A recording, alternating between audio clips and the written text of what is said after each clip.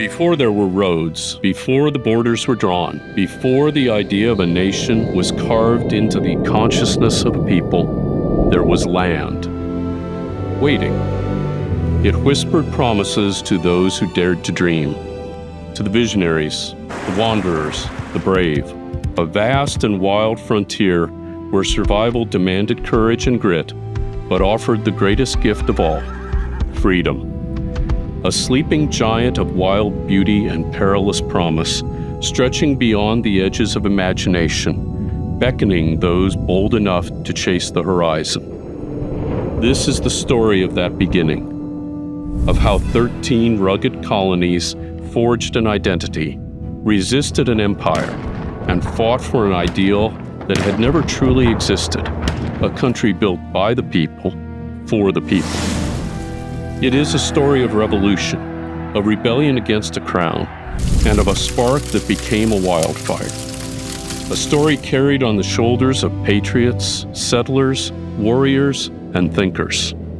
Of rivers that became roads, forests that became homes, and mountains that stood witness to the birth of a nation. Here, in the shadow of towering forests and winding rivers, settlers carved homes from the wild.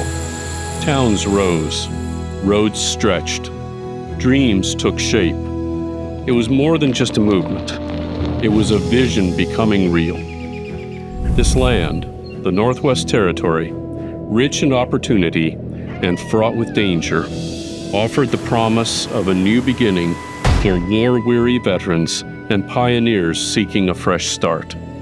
But what seemed like an open frontier was already home to nations whose roots ran deep into the soil. Native peoples who had walked its trails, hunted its forests, and honored its rivers for generations. They would not yield quietly to the footsteps of settlers. The Start Westward movement wasn't just about land.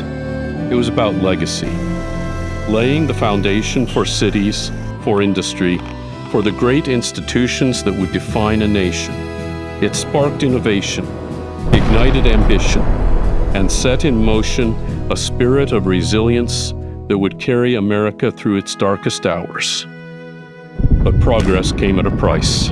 The modern era would test that pioneering spirit through world wars, economic collapse, and national despair. Leaders like Franklin Delano Roosevelt reached back to those early footsteps, to the strength of the settlers who first navigated the Ohio River into the unknown.